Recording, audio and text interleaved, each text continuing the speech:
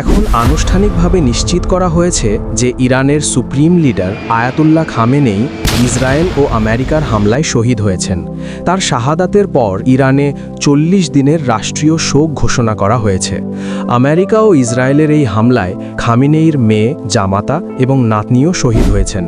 Supreme লিডারের শাহাদাত নিশ্চিত হওয়ার পর ইরানের পক্ষ থেকে ইতিহাসের সবচেয়ে বড় হামলা করার ঘোষণাও দেওয়া হয়েছে। এই হামলাগুলো ইরানের পক্ষ থেকে ইসরায়েল এবং এই অঞ্চলে অবস্থিত আমেরিকার সামরিক ঘাঁটিগুলোতে করা হবে।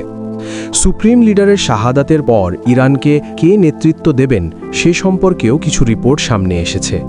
ইরানি সুপ্রিম লিডারের 56 বছর বয়সী ছেলে মুজতাবা খামেনেইর নাম সামনে আসছে, যিনি সুপ্রিম লিডার হওয়ার দৌড়ে প্রথম সারিতে আছেন। দ্বিতীয় অবস্থানে আছেন আলী রেজা আরফি, যিনি একজন বিখ্যাত আলেম এবং সুপ্রিম লিডারের অত্যন্ত ঘনিষ্ঠ বলে পরিচিত।